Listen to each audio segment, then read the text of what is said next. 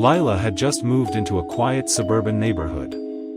Her new home was cozy, and her neighbors seemed friendly, except for the man next door, Mr. Harris.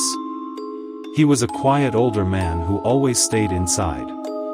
She only saw him once, standing on his porch staring at the street. When Lila waved, he didn't wave back. One night, as Lila watered her plants, she noticed Mr. Harris's house was dark. The porch light, which was always on, was off. She thought nothing of it until the next morning when she saw a package sitting on his doorstep. Days passed, and the package stayed there. Lila asked her neighbor across the street, Mrs. Kelly, "Have you seen Mr. Harris lately?" Mrs. Kelly frowned. "He keeps to himself, but it's been a while."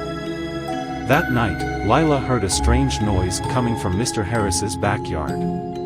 It sounded like a door creaking open. She peeked through her blinds and saw a shadow moving near his house. Her heart raced. "Is someone breaking in?" she thought. She called the police, but when they arrived, they found nothing. The officers knocked on Mr. Harris's door, but no one answered. They told Lila they'd follow up and left. The next day, Lila noticed something chilling. The package on his porch was gone. That night, she couldn't sleep. At around 2 a.m., she heard footsteps outside her window. Slowly, she peeked through the blinds, and froze. A man was standing in her yard, staring directly at her. It was Mr. Harris. Before she could react, he turned and walked back to his house, disappearing into the darkness.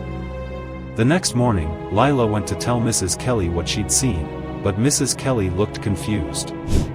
"Honey, no one's lived in that house for years," she said. Lila's blood ran cold. When she looked again, Mr. Harris's house was boarded up, and the yard was overgrown, as if no one had touched it in decades.